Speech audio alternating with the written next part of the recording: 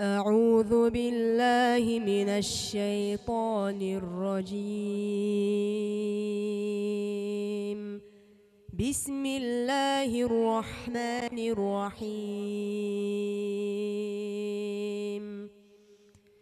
إن هذا القرآن يهدي للتي هي أقوم ويبشر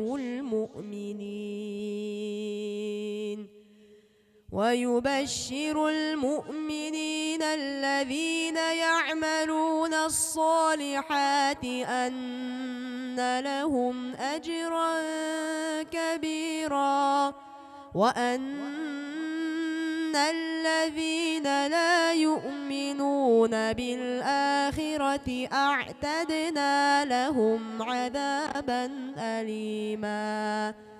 ويدعو الإنسان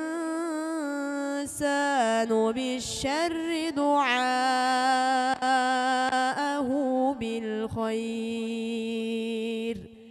وكان الإنسان عجولا.